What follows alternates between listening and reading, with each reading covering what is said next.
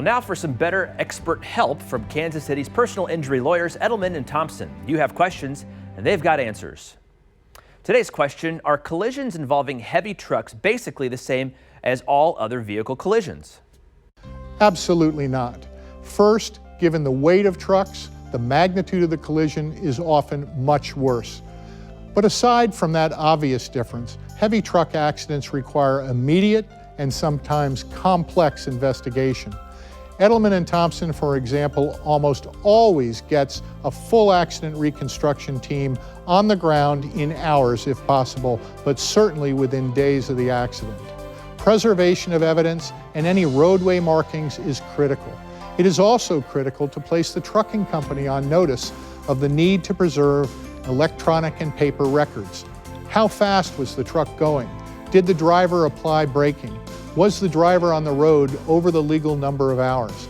If you don't get that information quickly, it can be destroyed, and you may not be able to prove the truck driver did something wrong.